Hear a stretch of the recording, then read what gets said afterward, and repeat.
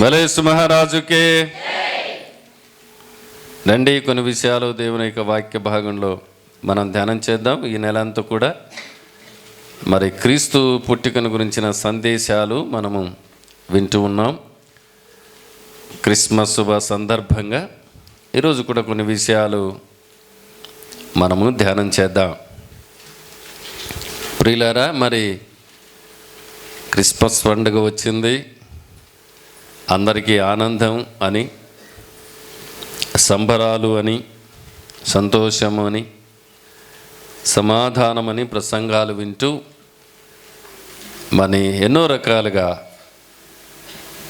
చిన్నపిల్లలైతే action song నేర్చుకుంటూ, యవనస్తులైతే skit చేస్తూ, మరి వృద్ధులు పెద్దలందరూ కూడా ఆయన ఆరాధన చేస్తూ ప్రపంచవ్యాప్తంగా జరుపుకుంటున్న పండుగ ఏదైనా ఉంది అంటే అది ఒక క్రిస్మస్ పండుగ మాత్రమే. ఏ దేశానికి సంబంధించిన వాళ్ళు ఆ దేశానికి సంబంధించిన పండుగలు చేసుకుంటారు. అయితే ప్రపంచవ్యాప్తంగా అన్ని జాతుల వారు అందరూ, భూమి మీద నివాసం చేస్తున్న వారందరూ కూడా జరుపుకుంటున్న ఏకైక పండుగ ఏదంటే అది క్రిస్మస్ పండుగ. కారణం ఏమిటి? ప్రపంచవ్యాప్తంగా అందరూ జరుపుకుంటున్న ఈ పండుగ ఏమిటి అంటే ఆయన అందరికీ దేవుడు కాబట్టి. ఆమెన్ చెప్పండి. అందరికీ దేవుడు కాబట్టి అన్ని దేశాల్లో ఉన్న ప్రజలు ఆయన్ని ఆరాధన చేస్తున్నారు. అందరి కొరకు ఈ లోకానికి వచ్చాడు కాబట్టి అందరూ ఆయనని ఆరాధన చేస్తూ ఉన్నారు. కనుక ఈ పండుగల గురించి మరి కొంతమంది దైవజనులు కొన్ని మాటలు పలికారు. అవి ఈ సమయంలో నేను మీకు జ్ఞాపకం చేస్తాను. ఈ పండుగను గురించి రకరకాలుగా ఎంతోమంది ఈ పండుగ చేయకూడదు అని, డిసెంబర్ 25వ తారీఖునే జన్మించాడు ఆయన, లేఖనాలు ఏమి లేవు అని అన్నట్టుగా ఎంతోమంది ఏదో రకాలుగా చెప్తూ ఉంటారు. అయితే లేఖనానుసారంగానే, అలాగే మరి బైబిల్ పండితులు కూడా ఎన్నో రకాలుగా డిసెంబర్ 25 ఆయన జన్మించినాడడానికి కలిగిన కారణాలు ఏమిటి కూడా కనుక్కొని డిసెంబర్ 25 రోజునే ఆయన జన్మించినాడు అని వారు క్లియర్గా మాట్లాడారు. ఆ తర్వాత మరి ఆయన 8వ దినమున యెరూషలేము మందిరానికి సున్నతికి వచ్చినట్లుగా మరి 25 నుంచి మనము లెక్క పెడితే అది జనవరి 1వ తారీఖు. కనుక అది లూకా సువార్తలో 2వ అధ్యాయంలో చక్కగా రాయబడింది. 8వ దినమున శిశువైన ప్రభువుని తీసుకొని యెరూషలేములో ఉన్న దేవాలయానికి సున్నతి చేయడానికి, ఆయన ధర్మశాస్త్ర ప్రకారంగా ప్రతిష్ఠించడానికి తీసుకొని వచ్చినట్లుగా అది జనవరి 1 అని. ఈరోజు క్రిస్మస్ పండుగ చేయలేనటువంటి వారు జనవరి 1 చేస్తున్నారు. నేనంటాను క్రిస్మసే జనవరి. ఆయన పుట్టుకనే క్రీస్తు శకం ప్రారంభమైంది. ఆమెను చెప్పాలి అందరూ కదా. ఆయన పుట్టుకనే క్రీస్తు శకం ప్రారంభమైంది. దానికి ఇంకో జనవరి 1 ఏమి? కనుక ఆయన పుట్టుకనే ఒక న్యూ ఇయర్, ఆయన పుట్టుకనే ఒక క్రొత్త సంవత్సరం, ఆయన పుట్టుకనే సర్వమానవాళికి ఒక నూతన సృష్టి మానవ జీవితానికి. కనుక దీనిని ఆరాధించటంలో ఎప్పుడు మనము వెనకంజ వేయకూడదు.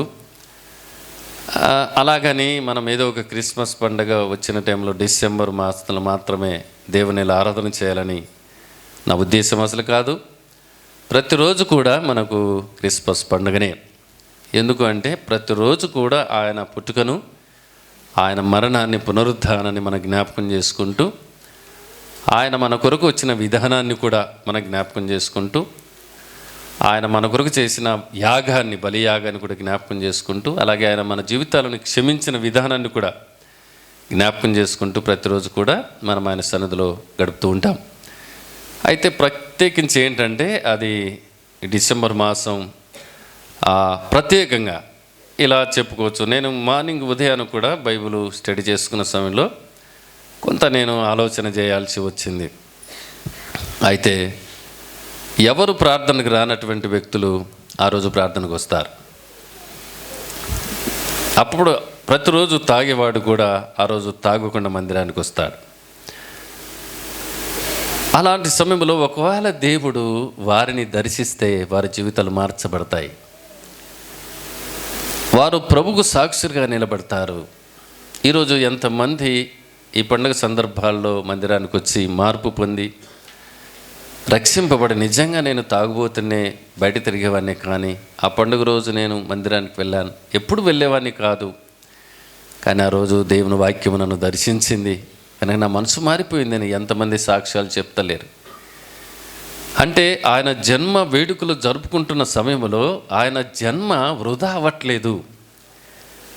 ఏదో ఒక వ్యక్తిని ఆ పండుగ రోజు, ఈ పండుగ రోజు ఆ వ్యక్తులను దర్శించి తాను ఎందుకొరకైతే ఈ లోకంలో జన్మించాడో ఆ లేఖనానుసారంగా, లేకుంటే ఆ దైవ చిత్తానుసారంగా ఆ వ్యక్తులను ఆయన రక్షించుకుంటున్నాడు అని ఒక సంతోషకరమైన పండుగ. అందరం చప్పట్లు కొడదాం. దానికి కొంతమంది భక్తులు ఈ పండుగను గురించి, క్రిస్మస్ను గురించి ఎలా చెప్పారో 2-3 మాటలు నేను మీకు జ్ఞాపకం చేస్తాను. అవి కొంతవరకు మనం ఆలోచన చేస్తాం. క్రిస్మస్ అనగా ఇది కొందరికి కాదు అందరికీ అన్నారు వాళ్ళు. క్రిస్మస్ అనగా కొందరికి కాదు అందరికీ. అందరికీ అనడానికి ఆధారం ఏమిటి అనంటే అపోస్తుల కార్యము 10వ అధ్యాయము 36వ వచనాన్ని మనం చూద్దాం. అపోస్తుల కార్యము 10వ అధ్యాయము 36వ వచనం. యేసుక్రీస్తు అందరికీ ప్రభువు. చెప్పాలి ఇప్పుడు, యేసుక్రీస్తు చెప్పాలి. యేసుక్రీస్తు అందరికీ ప్రభువు. ఒక మాట యెషయా గ్రంథము 6వ అధ్యాయంలో హిజ్కియా రాజు చూస్తున్న దర్శనాన్ని మనం చూద్దాం. రాజైన ఉజ్జియా మృతి నొందిన సంవత్సరమున యెషయా ప్రవక్త ఆ మందిరంలోనికి వెళ్ళి ప్రార్థన చేస్తున్న సమయంలో ఆ యెషయా ప్రవక్త ప్రత్యక్షంగా చూస్తున్న దర్శనాన్ని మనం చూస్తాం. రాజైన ఉజ్జియా మృతి నొందిన సంవత్సరమున అత్యున్నతమైన సింహాసనమందు ప్రభువు ఆసీనుడై ఉండగా నేను చూచితిని. ప్రభువు ఆసీనుడై ఉండగా నేను చూచితిని. అక్కడ అపోస్తల కార్యం 10:36లో యేసుక్రీస్తు అందరికీ ప్రభువు కదా. అంటే అత్యున్నతమైన సింహాసనం మీద ఆసీనుడైన ఆ ప్రభువే అపోస్తల కార్యములోన 10:36లో పేతురు ప్రసంగంలో ఆయన అందరికీ ప్రభు. కనుక క్రిస్మస్ అనగా కొందరికి కాదు, అది అందరికీ. క్రిస్మస్ అనగా కొందరికి కాదు. చదువుదాం మరొక మాట. రోమీలకు రాసిన పత్రిక 10వ అధ్యాయము 12వ వచనాన్ని మనం చూద్దాం. 10వ అధ్యాయం 12వ వచనం. భేదము లేదు, ఒక్క ప్రభువే అందరికీ ప్రభువు అయినాడు. చప్పట్లు కొడదాం అందరం కూడా. హల్లెలూయా. యేసుక్రీస్తు కొందరికి కాదు అందరికీ. ఆ ఒక్క ప్రభువు అందరికీ, యూదులకు మాత్రమే కాదు, గ్రీసు దేశస్తులు మాత్రమే కాదు, ఏమని తక్కువ జాతికి చెందిన వాడని కొంతమంది, మాలామాదిగ జాతికి తెంచిన వాడని కొంతమంది, మధ్యన వచ్చిన దేవుడని కొంతమంది, తెల్లుల దేవుడని కొంతమంది, ఇలా రకరకాలుగా మాట్లాడుతున్న వారికి బైబిల్ చెబుతున్న సమాధానం ఏంటంటే అది ఆయన అందరికీ ప్రభువు. ఆయన అందరికీ ప్రభు. కనుక క్రిస్మస్ ఈ మహాపండుగ, మామూలు పండుగ కాదు, ఇది మహాపండుగ అనొచ్చు మనం. ఏమండి, మామూలు పండుగలు మామూలుగా చేసుకుంటాం, కానీ ఇది మహాపండుగ. కనుక క్రిస్మస్ అంటే ఒక్కరికి కాదు, చెబుదాం అందరికీ. మరొక మాట కూడా చూద్దాం. అపోస్తల కార్యం 10వ అధ్యాయం 34వ వచనంలో పేతురు ప్రసంగం చేస్తూ కొర్నేలి ఇంటిలో కాదు కాడని జాగ్రత్త వినాలి. ప్రతి జనములోను ఆయనకు భయపడి నీతిగా నడుచుకుని వానిని అంగీకరించును. ప్రియులారా వినండి, అందరికీ ప్రభువే. అయితే వినాలి మాట, ఎవరా ప్రభు దగ్గరికి వస్తారో వినాలి మాట. ఎవరా ప్రభు దగ్గరికి వస్తారో, ఈయనే నిజమైన రక్షకుడు అని ఆయన దగ్గరికి ఎవరైతే వచ్చి ఆయనకి ఎవరైతే భయపడతారో, ఆయన ఎందు ఎవరైతే నీతిగా అనుసరిస్తారో అందరికీ. దేవునికి స్తోత్రం. అంటే చదువుతాం. యోహాను సువార్త 1వ అధ్యాయం 12వ వచనం ప్రకారంగా మనం చదివితే, తన్ను ఎందరు అంగీకరించురో వారికందరికీ, అనగా తన నామమందు విశ్వాసం ఉంచిన వారందరినీ దేవుని పిల్లలగుటకు అధికారం ఇచ్చిన దేవునికి స్తోత్రం చెబుదాం. కనుక అందరికీ ప్రభువే, అందరికీ పండుగనే. అయితే తన్ను ఎవరైతే అంగీకరిస్తారో, తన దగ్గరికి ఎవరైతే వస్తారో, తన యందు భయభక్తులు కలిగి ఎవరైతే నీతిగా జీవిస్తున్నారో వారిని ఆయన అంగీకరిస్తాడు. తన కుమారులుగా, తన బిడ్డలుగా ఆయన స్వీకరించుకుంటాడు. దేవునికి స్తోత్రం చెబుదాం. కనుక క్రిస్మస్ ఈ ఆరాధన పండుగ కొందరికి కాదు, అందరికీ. ఎందుకు? ఆయన అందరికీ దేవుడు కాబట్టి, ఆయన అందరికీ ప్రభు కాబట్టి. ఒక వంశానికో, ఒక జాతికో, ఒక కులానికో, ఒక మతానికో, ఒక దేశానికో సంబంధించిన దేవుడు కాదు. ఆయన అందరికీ దేవుడు, అందరికీ ప్రభువు, అందరినీ ప్రేమించే ఆయన ఈ లోకానికి వచ్చాడు. కాబట్టి ఇలా చెప్పుకోవచ్చు మనము, ఇది అందరికీ పండుగ, ఒకరికి కాదు, అందరికీ పండుగ. చేసేవారి ప్రతి వారికి పండుగనే. చేయని వారికి మనం ఏం చేయలేం అదా, చేయని వారు మనం ఏం చేస్తాం? చేసే ప్రతి ఒక్క వ్యక్తికి పండుగనే. రైట్. మరొక మాట నేను మీకు జ్ఞాపకం చేస్తాను. క్రిస్మస్ పండుగ అని అంత మాత్రమే కాదు, అది మహాదేవుని పండుగ. మహాదేవుని పండుగ అని వారు పలికారు. దానికి వారు వాక్య భాగాన్ని ఏం చెప్పారు? యెషయా గ్రంథం 57వ అధ్యాయం 15వ వచనాన్ని చదివితే, మహాగణుడును మహోన్నతుడును పరిశుద్ధుడును నిత్య నివాసియు అయినవాడు నేను మహోన్నతమైన స్థలములలో నివసించువాడను అయినను. అది ఇప్పుడు నేను ఒక పాట పాడాను, ఇప్పుడు క్రిస్మస్ పాట మన రాసిన పాట. మహోన్నతమైన స్థలములలోన నివసించు దేవుడు పరమును విడిచి ఈ లోకములో నరుడుగా జన్మించెను. మహోన్నతుడు, మహాస్థలములలో నివసించు దేవుడు ఆయన కదా. ఆయన మహోన్నతుడు, మహాస్థలములో నివసించే దేవుడు. ఆయన నివసించే కాడ ఎవరు ఆయన దగ్గరికి వెళ్ళలేరు కదా, ఎవరు కూడా ఆయన దగ్గరికి వెళ్ళరు. దాన్ని పౌలు గారు తిమోతి రాసిన మొదటి పత్రిక 6వ అధ్యాయం 15వ వచనం, శ్రీమంతుడును అద్వితీయుడునగు సర్వాధిపతి యుక్త కాలముల యందు ఆ ప్రత్యక్షతను కనపరచును. చదవండి మాట. ఆ సర్వాధికాధిపతి రాజులకు రాజును ప్రభువులకు ప్రభునై ఉన్నాడు. చదవండి మాట. సమీపింపరని తేజస్సులో ఆయన మాత్రమే వసించుచు అమరత్వం గలవాడై ఉన్నాడు. దేవునికి స్తోత్రం. ప్రియులారా, 3 విషయాలు పౌలు గారు ఇక్కడ చెబుతున్నాడు. ఒకటేమిటి అంటున్నాడు అంటే 15వ వచనములో, శ్రీమంతుడు ఆయన, అద్వితీయుడైన సర్వాధిపతి. 15వ వచనానికి వస్తే, ఆయన రాజులకు రాజు, ప్రభులకు ప్రభు అయినాడు. 3వ చూస్తే, సమీపింపనని తేజస్సులో ఆయన మాత్రమే వసించుచు అమరత్వం కలిగిన వాడు. ఎవరు ఆయన దగ్గరికి వెళ్ళలేరు. దేనికి స్తోత్రం చెబుదాం అందరం. హల్లెలూయా. శ్రీమంతుడు ఆయన, అద్వితీయుడైన దేవుడు, రాజులకు రాజు, ప్రభులకు ప్రభువు, సమీపింపరని తేజస్సులు ఆయన మాత్రమే వసించుచు అమరత్వం కలిగిన వాడు. ఆయన దగ్గరికి ఎవరు వెళ్ళలేరు. దేవునికి స్తోత్రం. కనుక ఆ దేవుని గురించి యేసయ్య ప్రవక్త ఇలా మాట్లాడుతున్నాడు. ఆయన మహాదేవుడు, మహాగణుడు, నిత్య నివాసి అయిన దేవుడు, పరిశుద్ధుడు. ఆయన మహోన్నతమైన స్థలములలో నివసించువాడు కాబట్టి మహాపండుగ అని పలికారు వాళ్ళు. దేవునికి స్తోత్రం చెబుదాం. మహోన్నతుని మహాపండుగ. ఆయన మహోన్నతుడు, మహోన్నతమైన స్థలములలో నివసించువాడు ఆయన. అందుకే భక్తులు పలికాను, ఆ మహాగణుడైన దేవుని మహాపండుగ ఇది అని పలికారు. దేవునికి స్తోత్రం. ఇలాంటి పండుగ ఏ పండుగ సమము కాదు ఈ పండుగకు. రండి ఇంకో మాట కూడా చూద్దాం. వాళ్ళు పలికినటువంటి మాటల్లో మరొక మాట చదువుదాం.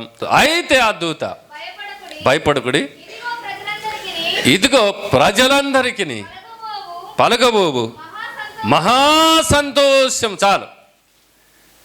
క్రిస్మస్ పండగ మామూలు క్రిస్మస్ పండగ కాదు, ఇది మహా సంతోషకరమైన పండుగ. చప్పట్లు కొడదాం అందరం. మామూలు క్రిస్మస్ అని మీరు అనుకుంటున్నారు, కానీ అది మహా సంతోషకరమైన పండుగ అని వారు భక్తులు పలికారు. ప్రియులారా, కనుక దేవుని బిడ్డలారా, మహోన్నతుని పండుగ, మహా సంతోషకరమైన పండుగ. ఏమండి, మరొక మాట చూద్దాం రండి.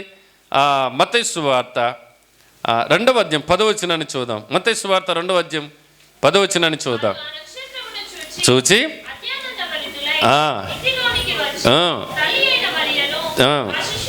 చూచి సాగిలపడి ఆయనను పూజించి తమ పెట్టెలు విప్పి బంగారమును సాంబ్రాణిని బోలమును కానుకలుగా ఆయనకు సమర్పించుడి. మామూలు ఆనంద పండుగ కాదు, ఇది అత్యానంద పండుగ. క్రిస్మస్ పండుగ వచ్చే అందరికీ కనుక ఏమని అత్యానంద పండుగ. ఇది పరమానందం, ఆనందంతో నింపబడే పండుగ. మామూలు పండుగ కాదు, ఇది అత్యానందభరితులై, ఉత్తానందం కాదు, వాళ్ళు హృదయానందముతో నింపబడిన ఆరాధన చేశారు వాళ్ళు. కనుక హృదయాంతరంగంలో నుండి చేసేటువంటి పాట లేకుంటే చేసే పండుగ ఏది అంటే అది అత్యానందమైన పండుగ. దేవునికి స్తోత్రం. రండి మరొక మాట కూడా చూద్దాం. మరొక మాట మనం చూద్దాం. లూకా సువార్త 2వ అధ్యాయం 10వ వచనాన్ని చదివితే దూత చెప్పినటువంటి మాటను, అయితే ఆ దూత భయపడకుడి, ఇదిగో ప్రజలందరికీ కలగబోవు మహా సంతోషకరమైన సువార్తమానము మేమిదే. సువార్త పండుగ. చప్పలు కొట్టండి అందరూ. హల్లెలూయా. ఏమండి, సువార్త పండుగ వచ్చింది మనకు. ఏ పండుగ? సువార్త పండుగ. ఏంటి ఆ పండుగ అంటే రక్షకుడు మీ కొరకు జన్మించినాడు అని చెప్పే సువార్త పండుగ. అందుకే మనం సభలు పెడితే మెస్సియా పండుగలో అని పెడతాం మనం. సువార్త పండుగ, మెస్సియా సువార్త పండుగ. ఏమండి, ఏం పండుగ అది? బచ్చాలు చేసుకుని మటన్ బిర్యానీ చేసుకుని తినే పండుగ కాదు, ఇది సువార్త ప్రకటించే పండుగ. కొత్త బట్టలు ధరించుకుని ఏదో అట్లా పోయి వచ్చేది కాదు, ఇది సువార్త ప్రకటించే పండుగ.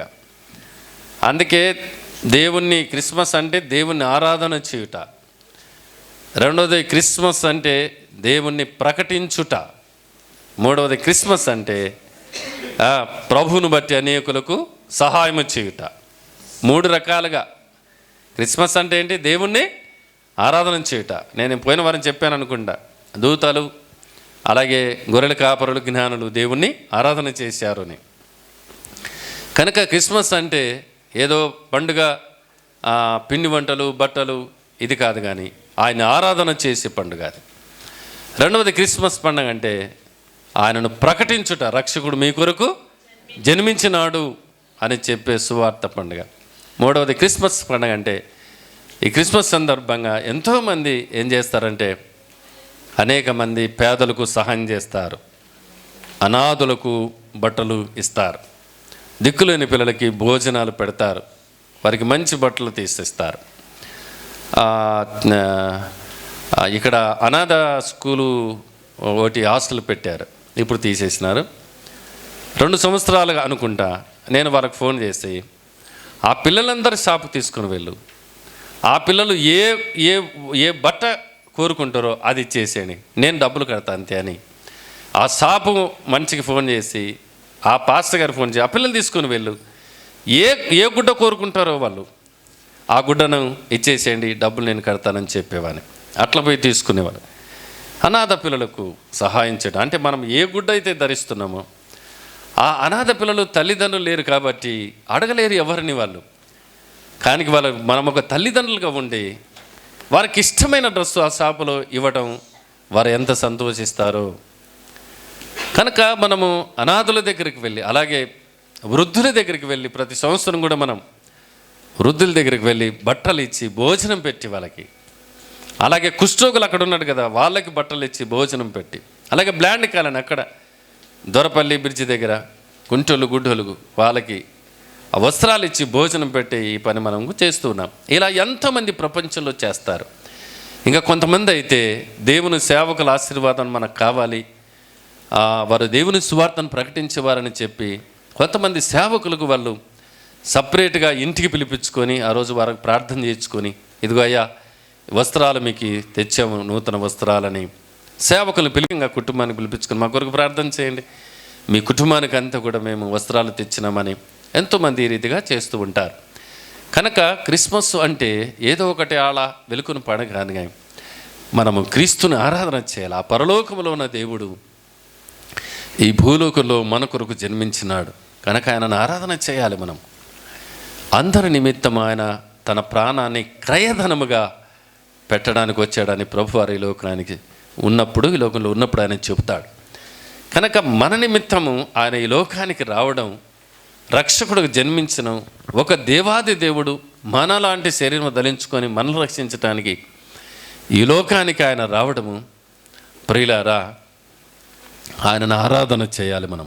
అందుకే క్రిస్మస్ అంటే క్రీస్తును ఆరాధన చేయుట, మనసారా ఆరాధన చేయాలి. ప్రభా నువ్వు దేవాది దేవుడు అయింది, సమీపింపరాని తేజస్సులో ఉన్నవాడు, మహాగణుడు నువ్వు, కానీ నన్ను ప్రేమించి ఒక మానవునిగా ఈ లోకంలో నా కొరకు జన్మించినావు అని మనసారా దేవుని ఆరాధన చేసే పండుగ ఇది. ఆ తర్వాత మరి ఆ రక్షకుడు అంత గొప్ప దేవుడు ఈ లోకంలో నీ కొరకు నా కొరకు జన్మించినప్పుడు, మనం ఆయనను అంగీకరించినప్పుడు, ఆయనను ఆస్వాదించినప్పుడు, ఆయనను ఈ లోకానికి ప్రకటించటమే సువార్త పండుగ. కనుక అయా రక్షకుడు జన్మించారు. నిన్న మొన్న అంటే ఇన్ని సంవత్సరాలుగా చేయలేనటువంటిది నిన్న మొన్న మనం చేశాం. వీధులంటే కూడా రక్షకుడు జన్మించినాడు అనే పదాన్ని ఇంతమంది మామూలుగా ఇండ్లలోకి పోయి ప్రార్థన చేస్తుంటే ఇప్పుడు అట్లా చేయలే. నిన్న మొన్న బయటనే, ఇంకోటి ఏంటంటే అందరు కేక్ తెచ్చుకున్నారు, బయటనే కేక్ కట్ చేసి ఆ చుట్టుపక్కల ఉన్న వాళ్ళందరూ వస్తుంటే వారికి క్రిస్మస్ శుభాకాంక్షలు చెప్తూ రక్షకుడు జన్మించినాడనే ఆ మాట వాళ్ళకి వినపడేటట్లుగా పలుకుతూ చేయడమే సువార్త పండుగ. హల్లెలూయా, సువార్త పండుగ ఏమండి. కనుక ఆయనను మనం ప్రకటించటం సువార్త అంటారు దాన్ని. గాబ్రియేలు దూత గొర్రెల కాపరులకు చెప్పింది, రక్షకుడు మీ కొరకు జన్మించినాడు అని. కనుక అదే మనం కూడా చెప్పాలి ఇతరులకు, రక్షకుడు జన్మించినాడు. ఇంతకుముందు ప్రపంచ ప్రఖ్యాతిగాంచినటువంటి దైవజనుడు డాక్టర్ బిల్లీ గ్రహం గారు కొన్ని సంవత్సరాల క్రితం అందరికీ సువార్త అందించాలని ఒక గోలు పెట్టి ఆయన ఏం చేశాడంటే, పాస్టర్స్కి అందరికి కూడా మొత్తం అందరికి కూడా ఆయన మాట చెప్పాడు, క్రిస్మస్ పండగ రోజు కానీ ముందు రోజు కానీ మీ హిందువుల్లో ఉన్నటువంటి మీ బంధువులు ఉన్న వారందరిని పిలిపించుకొని మంచి వంటలు వారికి చేసి పెట్టి కొన్ని మాటలు మీరు వారు భోజనం చేసేటప్పుడు అలా చెప్పండి, క్రీస్తు నీ కొరకు జన్మించాడు, నీ కొరకు జన్మించినాడు ఆయన 2000 సంవత్సరాల క్రితం అని చెప్పండి, సువార్త ప్రకటించండి ఆయనే అని ఒక ప్లాన్ చేశాడు ఆయన. అప్పుడు దాంట్లో నేను కూడా పాల్గొన్నాను. అది 2005 ఏమో అనుకుంటా. కనుక నేను కూడా అందులో ఆయన పరిచర్యలో ప్రపంచ ప్రఖ్యాతిగాంచిన దైవజనుడు ఆయన ఆ దర్శనంలో నేను కూడా పనిచేయడం నేను ఒక ధన్యునిగా భావించాను దాన్ని. కనుక కొంతమంది ఒక 10 కుటుంబాలను చాలు మీరు ఇంటికి పిలుచుకొని పండుగ రోజు భోజనం చేసాము రండి భోంచేసి వెళ్తారని చెప్పండి. వాళ్ళు భోంచేస్తూ ఉండగా 2 మాటలు, ఎందుకు ఈ పండుగ మేము చేస్తున్నాము అని అంటే, రక్షకుడు ఈ లోకంలో జన్మించాడు, నిన్ను నన్ను నశించిపోయిన మన జీవితాలను రక్షించడానికి వచ్చిన ఏకైక రక్షకుడు ఆయన. గాబ్రియేలు దూత గొర్రెల కాపరులకు చెప్పినట్లుగా మనం కూడా 2 ముక్కల వరకు చెప్తే చెప్పడం మన వంతు, కార్యం చేసుకోవడం ఆయన వంతు. 2 మాటలు వారు వింటారా వినరా అనేది అది గడగ పెడితే చెప్పడం మన వంతు, ఇక మార్చుకోవడం కార్యం చేసుకోవడం ఆయన వంతు. కనుక క్రిస్మస్ పండుగ అంటే ఏదో వైభవాలు డెకరేషన్లు ఇదని కాదు, కానీ క్రీస్తును ప్రకటించుట. 3వది ఏంటి, క్రిస్మస్ పండుగ అంటే అనేకులకు మనము సహాయము చేయుట, అనేకులకు బట్టలు లేని వారికి బట్టలు ఇచ్చుట, ఆహారం లేని వారికి ఆహారం. నేను చెన్నైకి ఒక మీటింగ్కి అక్కడ దైవజనులు 2 రోజులు మీటింగ్ నన్ను తీసుకెళ్ళినప్పుడు మేము పగలు ఒక చోట మీటింగ్ జరిగింది, నైట్ ఇంకో చోటకి మేము వెళ్తున్నాం. అప్పుడు నేను ఆయన వెళ్తున్న సమయంలో ఆ చెన్నై పట్టణంలో ఫ్లైఓవర్ బ్రిడ్జ్ వచ్చింది. ఆ బ్రిడ్జ్ కాడ బండి ఆపినాడు. పాస్టర్ గారి ఇక్కడ కూర్చోండి కొద్దిసేపు అన్నాడు. సరే అని హోటల్కి వెళ్ళాడు. ఆయన హోటల్కి వెళ్ళినప్పుడు ఏమన్నా ఆయన ఇంటికాడ అరేంజ్ చేసి లేడేమో, మనకు హోటల్లో భోజనం చేస్తున్నాడేమో అని నేను అనుకున్నా. అయితే చాలాసేపటికి వస్తలేడు ఏమి అని సర్లేంగా నేను అట్లే వెయిట్ చేస్తున్నా. కొన్ని పొట్నాలు పార్సల్, అన్నం భోజనం పార్సల్ అన్నీ పొట్నాలు కట్టించాడు. పార్సల్గా అన్నీ చేసుకుంటూ నేనన్నా మేమిద్దరమే కదా, ఏంది ఇన్ని పొట్నాలు తీస్తున్నాడని నేను అనుకుంటున్నా. ఇద్దరమే కదా ఉండేది, ఇన్ని పొట్నాలు తీసా అంటే అప్పుడు నా దగ్గర రాకుండా ఆ బ్రిడ్జ్ కింద అక్కడక్కడక్కడ అడుక్కునే వాళ్ళు, చూపు లేని వారు, కుంటోళ్ళు అక్కడక్కడక్కడ కూర్చొని ఉన్నారు.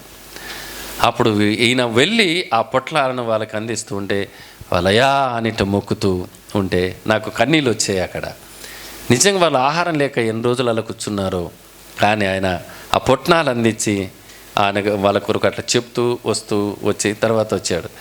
నేనన్నా ఎప్పటి నుండి స్టార్ట్ చేశారంటే, చాలా సంవత్సరాలు సార్ ఇలా చేస్తాను.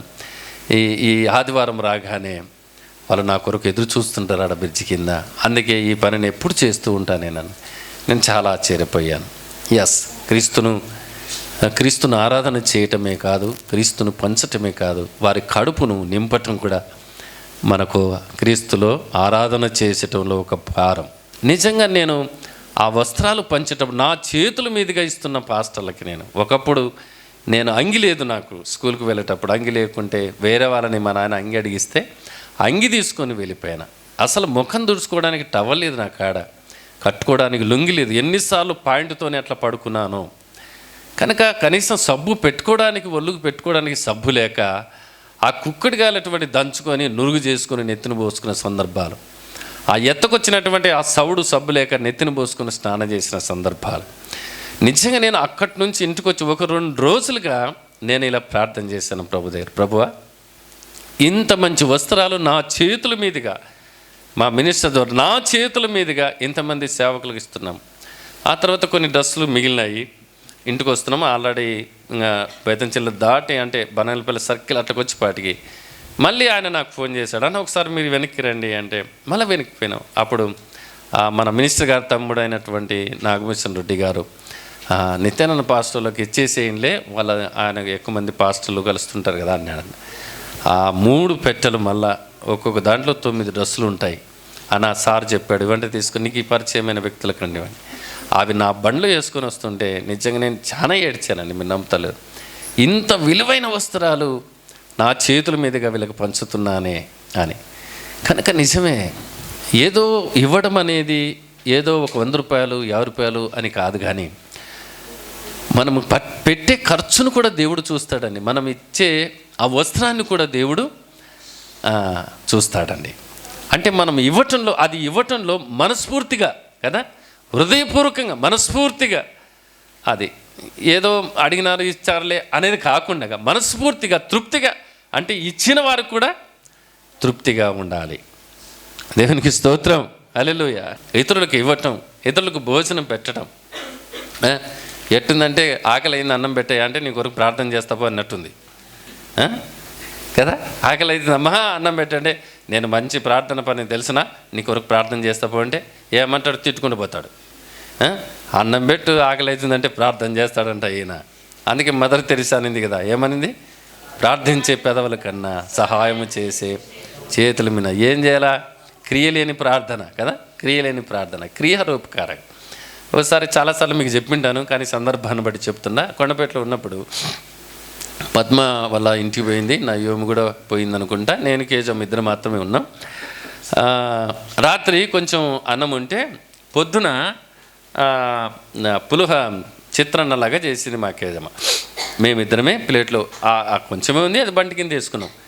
అమ్మా ఆకలి అవుతుందని వచ్చినాడు, ఉండేది గింతనే. అప్పుడు నేనేం చెప్పిన మా పాపని, సర్లేమ్మా కొంచెం పెట్టేసాయని పెట్టినాం. ఆయన పోయినాక మాది అయిపోతున్న చలో ఇంకొక ఆయన వచ్చినాడు, అమ్మా ఆకలేని. నాకు అమ్మడే బల్బు వెలిగింది, మమ్మల్ని టెస్ట్ చేయడానికి పెట్టాడని పెట్టాపు అని చెప్పేసిన. ఏమండి, దేవునికి స్తోత్రం. ఈరోజు మీ అందరికీ తెలుసు ఎంతమందికి మనం భోజనం పెడుతున్నాం.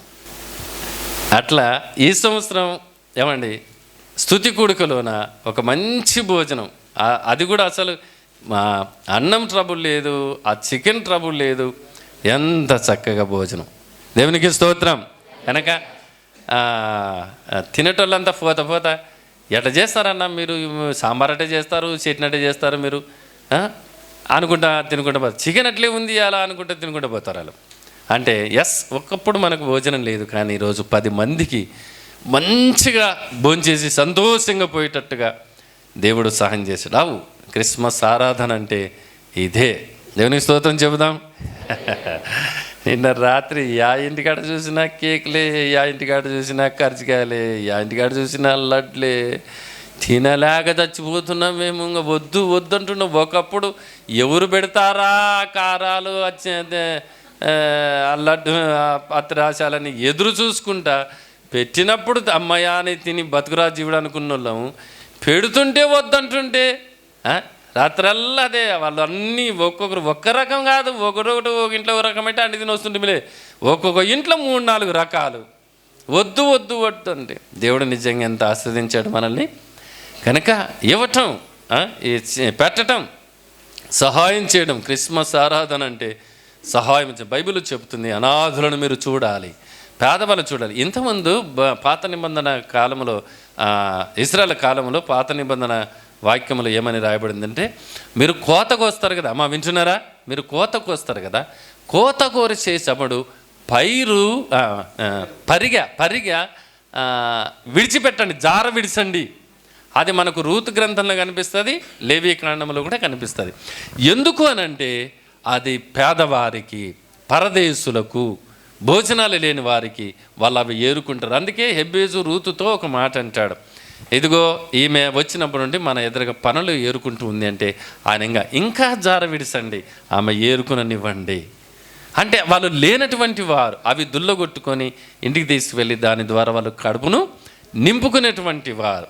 కనుక ఇశ్రాయేలు జనాంగంలో దేవుడు చెప్పింది అది వాస్తవంగా. కనుక ఇప్పుడు కూడా అది మనము అది చేయాల్సిందే. క్రిస్మస్ అంటే ఏదో మనమే తృప్తిగా కట్టుకొని తృప్తిగా భోంచేయడం కాదు, కానీ ఇతరుల కడుపు నింపటంలో అది దేవునికి మహిమ, అది మనకు కూడా ఆశీర్వాదకరం. కనుక 3 విషయాలు. ఒకటి, క్రిస్మస్ అంటే దేవుణ్ణి మనము చెప్పండిమా ఆరాధించాలి. ఎందుకంటే ఆ పరలోకములో ఉన్న దేవుడు, సమీపింపరని తేజస్సులో ఉన్న దేవుడు, ఆయన మాత్రమే వసించే దేవుడు. ఎవరు ఆయన దగ్గరికి వెళ్ళలేరు. కానీ ఆ దేవాది దేవుడు మానవునిగా, ఫిలిప్పి 2:6 నుంచి చెబితే, ఆయన మానవుడిగా మనసును పోలికగా పుట్టి దాసును స్వరూపమును ధరించుకొని తను తానే రిక్తునుగా చేసుకొని ఆకారమందు మనుషుడిగా కనబడి మరణము పొందినంతగా విధేయత చూపిన వాడి తను తాను తగ్గించుకొనెను శిలువ దగ్గర ఈ లోకంలో మన కొరకు. కనుక అలాంటి దేవుణ్ణి మనసారా ఆరాధన చేయాలి. ఇలా చెప్పుకోవచ్చు మనము, క్రిస్మస్ ఆరాధన పండుగ. ఇది ఆరాధన చేసే పండుగ. అందరూ దేవుని ఆరాధన చేసేటువంటి పండుగ. ఎందుకంటే అందరి కొరకు వచ్చినటువంటి వాడు ఆయన, అందరి దేవుడు. కనుక ఆరాధన చేయాలి. రెండవది ఏంటి? ఆయనను మనము ఏం చేయాలా? ప్రకటించాలా, సువార్త ప్రకటించాలి, రక్షకుడు జన్మించినాడని. ఆ తర్వాత ఇవ్వటంలో ఆరాధన. కనుక ఈ 3 విషయాలు కూడా దేవుడు మనకు కృప అనుగ్రహించినాడు. అందును బట్టి మనము హెచ్చించుకోవడం అని కాదు, కానీ ప్రభువును బట్టి మనము సంతోషించటం. ఆ కృప ఏమండి, ఆ కృప, ఆయనను ఆరాధన చేసే ఆ కృప, ఇతరులకు మనము రక్షకుడని తెలియజేసే ఆ కృప, ఇతరులకు కూడా భోజనం పెట్టి బట్టలు ఇచ్చేటువంటి ఆ కృప దేవుడు మనకు ఇచ్చినాడు. ఆ కృప మనకు దేవుడు ఇచ్చాడు. అయితే వినని చివరిగా చెప్తున్నా, ఈ పరిచర్య ఈ మూలల వరకు కాదు. వినండి ఈ మాట. ఈ పరిచర్య, ఈ మెసేజ్ సువార్త, ఈ పరిచర్య దేవుని ఆరాధించటంలో, దేవుని ప్రకటించటంలో, దేవుని బట్టి అనేకులకు సహాయం చేయటంలో, ఈ పరిచర్య ఈ 4 మూలలు కాదు మనం ఉండాల్సింది. వ్యాపించాలా మన ఇండియా దేశమంతా. చప్పట్లు కొట్టాలి. ఇండియా దేశమంతా కూడా వ్యాపించాలి. ఈ మెసేజ్ సువార్త, ఈ పరిచర్య మన ఇండియా దేశమంతా ప్రాకిపోవాలి. కొన్నిసార్లు నేను ఇలా ఆలోచన చేస్తాను. కొన్ని వేల జనాల మీటింగ్లో నేను నిలబడతాను కదా. వినండి మాట, ఇప్పుడు చెప్తున్నా మీకు. కొన్ని వేల జనాలలో నిలబడుతున్నాను కదా, వాక్యం చెప్తాను, దేవుడు నిలబెడతాడు. అప్పుడు చాలామంది, కొంతమంది నన్ను అడుగుతూ ఉంటారు, అంటే ఇన్ని వేల మందిలో ఈయన వాక్యం చెప్తున్నాడు అంటే వీళ్ళ సంఘం ఎంత పెద్ద సంఘము అనుకుంటుంటారు. అప్పుడు నేను చాలాసార్లు నేను అనుకునే, దేవా నువ్వు నాకు ఇచ్చిన చిన్న సంఘమే కానీ, చిన్న గుంపే కానీ ఇంత పరిచర్య నేను చేస్తూ ఉన్నా. చిన్న గుంపే నాకు ఇచ్చింది, కానీ మనుషులు చూడడానికి పెద్ద గుంపు కాకపోవచ్చు, కానీ నాకు ఇచ్చిన గుంపు చిన్నదే. చిన్న మందా భయపడకడని నువ్వే చెప్పావు. ఇంత గొప్ప పరిచర్య నేను చేయగలుగుతున్నానని చాలాసార్లు నాకు నేనుగా ప్రభును స్తుతించిన సందర్భాలు. కనుక మనం ఆశ్చర్యపోయాల్సిన విషయం ఏంటంటే, ఈ పరిచర్య ఏమంటే 7 దేశాలలో ఉన్న ప్రజలు ఈ ప్రోగ్రాన్ని వీక్షించి 900 అంటే చిల్లరగానే సబ్స్క్రైబ్ చేసుకొని దేవుని ఆరాధిస్తున్నారు. అందుకే నేను చెప్తున్నా కదా, మీరు ఒక్కొక్కరు 10 మందికి పంపించండి మన పాటలు, మన ప్రసంగాలు చాలు. మీ స్నేహితులు, బంధువులు ఎవరైనా కావచ్చు, ఒక్కొక్కరు 10 మందికి మీరు అలా చేయగలిగితే ఏదో అందరం మనము దేవుని పని చేసిన వారం అవుతాం. మన బంధువులకు, మనకి స్నేహితులకు ఎవరైనా కావచ్చు, 10 మందికి చాలు ఒక్కొక్కరు. అప్పుడు మనం దేవుని పని చేసిన వారం అవుతామా? వాళ్ళకి ఆ పాటలు వినిపించిన వారం అవుతాం. ఆ వాక్యాన్ని వారికి వినిపించిన వారు. నీ బాధ్యతగా, అది నీ వంతుగా నువ్వు ఆ పని చేయగలిగితే, అందులో యుద్ధం చేసేవానికి ఎంత కూలో, యుద్ధం కాడ అన్నం చేసేవానికి కూడా అంతే కూలి. నేను ఈ ప్రసంగాలు చేసి అందులో పెడితే మీరు దాన్ని ప్రకటిస్తే నాకెంత జీతమో దేవుడి దగ్గర, మీ దగ్గర మీకు కూడా అంతే జీతం ఉంటుంది. చూసారా? దేవునికి స్తోత్రం, హల్లెలూయా.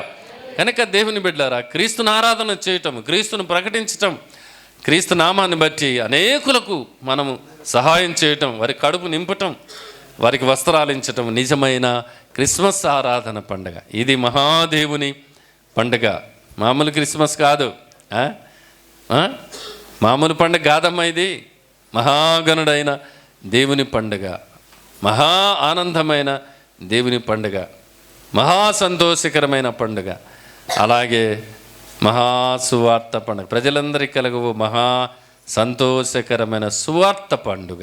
ఆమె చెప్తాం అందరం, హల్లెలూయా. కనుక ఈ విషయాలలో మరి నువ్వు కూడా పాల్గొంటూ ఇతరులకు కూడా ఈ క్రిస్మస్ ఇతరులకు కూడా మనం చెబుతూ అనేకులకు సహాయం చేసి ఉండాలని ఈ ఈ ఈ సంవత్సరంలో ఈ చివరి దినాలలో మనం ఉన్నాం కదా. ఒక మెట్టు పైకి ఎక్కాలి. మనం ఒక మెట్టు ఏం చేయాలా? పైకి ఎక్కాలా. ఒక మెట్టు కిందికి దిగకూడదు. దేంట్లో? క్రీస్తుని ఆరాధన చేయటంలో 10 నిమిషాలు ఆరాధన చేస్తున్నావా? 20 నిమిషాలు చేయండి. ఒక వ్యక్తికే సువార్త ప్రకటించినావా? 2 వ్యక్తులకు ఇవ్వండి. ఒక సభ్యులు కూడా కొంతమంది జనవరి 1 రోజు అందరూ విధవరాళ్ళకి, భర్తలు విడిచిపెట్టిన వాళ్ళకి బట్టలు ఇస్తాం కదా. ఒక్కొక్కరు కొంతమంది చీరలు తెస్తుంటారు. ఒక్కొక్కరు ఒక 5 చీరలు, 10 చీరలు కూడా తెస్తూ ఉంటారు. కనుక ఈ సంవత్సరం నేను 5 చీరలే తెచ్చాను, కానీ వచ్చే సంవత్సరం 10 చీరలు తెస్తాను ప్రభువా, అనేక విధవరాళ్ళకు నేను బట్టలు ఇస్తాను అన్నట్టుగా. మీరు జనవరి 1 కూడా రేపు తీసుకొని రావచ్చు. మీరు తెస్తే ఆ రోజు అందరికీ ఇవ్వచ్చు. ఎందుకంటే అన్ని సంఘాలు జనవరి 1 రోజు మన దగ్గరికి వస్తారు కాబట్టి. అలా ఇప్పటికే ఒక 2-3 తెచ్చినారనుకుంటా కదమ్మా, తెచ్చినారనుకుంటా. కనుక అలా ఇవ్వటం, ప్రతి దానికి ఒక మెట్టు పైకెక్కి మనం దేవుని ఆరాధన చేయడానికి ఈరోజు ఒక తీర్మానం చేసుకుందాం. ఒక మహాగణుడైనటువంటి ఆ దేవాది దేవుని యొక్క జన్మ వేడుకలు జరుపుకుంటున్న మనం ఆ గణుడైన దేవుణ్ణి ఘనముగా మనం ఆరాధన చేస్తూ, ఆ గణుడైన దేవుణ్ణి ప్రకటన చేస్తూ, ఆయన నామాన్ని బట్టి అనేకులకు సువార్త ప్రకటిస్తూ, అలాగే బైబిల్ చెప్పినట్లుగా బీదలను కనికరించువాడు యెహోవాకు అప్పించువాడు అన్నట్లుగా, అనాథులైన వారికి సహాయం చేయాలి అన్నట్టుగా, పేదలైన వారికి సహాయం చేయాలి అన్నట్టుగా ఇవ్వటంలో ఆరాధన ఉంది. పేదలకు సహాయం చేయటంలో ఆరాధన ఉంది. భోజనం లేని వారికి భోజనం చెప్పటంలో ఆరాధన ఉంది. ఆ భోజనం పెట్టడంలో ఆరాధన ఉంది. దిక్కులేని వారిని దగ్గర తీసుకొని వారికి ఆదరించడం, ప్రభు మాటలు చెప్పటంలో ఆరాధన ఉంది. కనుక ఇంతవరకు అలాగ చేయలేకపోయినాము ప్రభువా, ఇప్పటి నుండి మేము చేస్తాం. అమ్మ వింటున్నారా? తమ్ముడు వింటున్నారా? ఇప్పటి నుండి మేము చేస్తాము తండ్రిని ఒక తీర్మానం చేసుకొని మరొక మెట్టు పైకి ఎక్కేటట్టుగా ఆ ప్రభు సన్నిధిలో మనమందరము ప్రార్థన చేసుకుంటాం.